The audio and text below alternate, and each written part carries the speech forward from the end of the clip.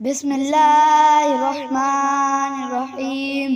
بندہ کہتا ہے میں نے تو سجدے ٹھیک کیے ہیں، میں نے تو روزے ٹھیک رکھے ہیں، میں نے تو عبادتیں ٹھیک کی ہیں، لیکن جب یہ میرے اعمال بارگاہ الہی میں قیامت کے دن پیش ہوں گے، اگر مجھے یہ کہا جائے کہ تیرے سجدوں میں اخلاص نہیں تھا، تیرے سجدوں میں للہت نہیں تھی، تو اللہ کے لیے نہیں لوگوں کے لیے کرتا تھا، تو میں قیامت کے دن کیا کروں گا؟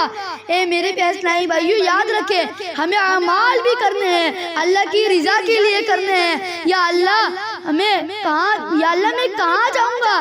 یا اللہ مجھے بس تیری رضا کے کام کرنے والا بنا دے، یا اللہ فقط تیری رحمت سے داخل جنت فرما دینا۔ پچھلی امتوں میں ایک بزرگ ہوا کرتے تھے، بیچ سمندر کے اندر ایک پہاڑ پر تنہا رہتے تھے۔ اللہ پاک نے ان کے لیے ایک انار کا درخت اگایا تھا اور ایک میٹھے پانی کا چشمہ بھی نکالا تھا۔ انار کھاتے، پانی پیتے، دن رات اللہ کی عبادت کرتے۔ ایسی حال میں 500 سال گزر گئے۔ حضرت عزرائیل علیہ السلام تشریف لائے اور کہا آپ کی روح قبض کرنے آیا ہوں۔ کہا مجھے اتنی مہلت دے دے کہ 2 رکعت نماز ادا کروں، اور جب میں سجدے میں جاؤں نا اس وقت میری روح قبض کر لینا۔ زندگی بھی کیسی گزری۔ حضرت عزرائیل نے کہا میں تمہارے لیے اتنی مہلت لے کر آیا ہوں، 2 رکعت پڑھی اور آپ نے سجدے میں اس کی روح قبض کر لی۔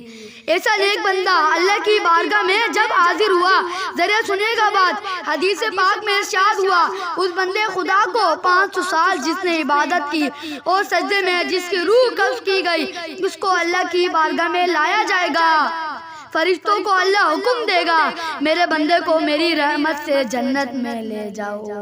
وہ بندہ کہے گا اے اللہ میرے عمل رحمت سے کیوں؟ اتنی نیکیاں، اتنے عمل مجھے میرے عمل کی وجہ سے جنت میں جانا چاہیے۔ اللہ اکبر۔ اللہ فرمائے گا اسے واپس لاؤ۔ میزان لگایا جائے گا، ترازو لگایا جائے گا، اس کی 500 سال کی عبادتوں کو ایک پلڑے میں رکھا جائے گا اور اللہ حکم دے گا میری ایک نعمت آنکھ جو ہے نا اس کو دوسرے پلڑے میں رکھ دو، جو نعمت میں نے اس کو آنکھ دی تھی اس کو دوسرے پلڑے میں رکھ دو۔ اللہ اکبر۔ صرف آنکھ کا وزن 500 سال کی عبادت سے بڑھ جائے گا۔ اب ارشاد ہوگا میرے بندے کو میرے عدل سے ایسی جہنم میں لے جاؤ۔ اب وہ گھبرا کر کہے گا مولا معاف کر دے، یا اللہ تیری رحمت سے بھیج دے، میں تیری رحمت سے جنت میں جانا چاہتا ہوں۔ اللہ اکبر۔ اللہ پھر ارشاد فرمائے گا اذهبوا بعبدی لا جنتی برحمتی، میرے بندے کو میری رحمت سے جنت میں لے جاؤ۔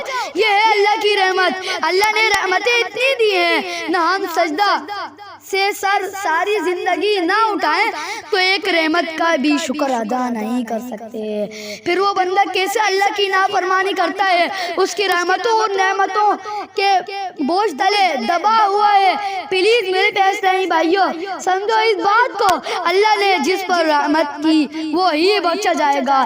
تو اللہ کا فضل تلاش کرنا ہے، اپنے اعمال پر بھروسہ نہیں کرنا، رب کی رحمت پر امید رکھنی ہے۔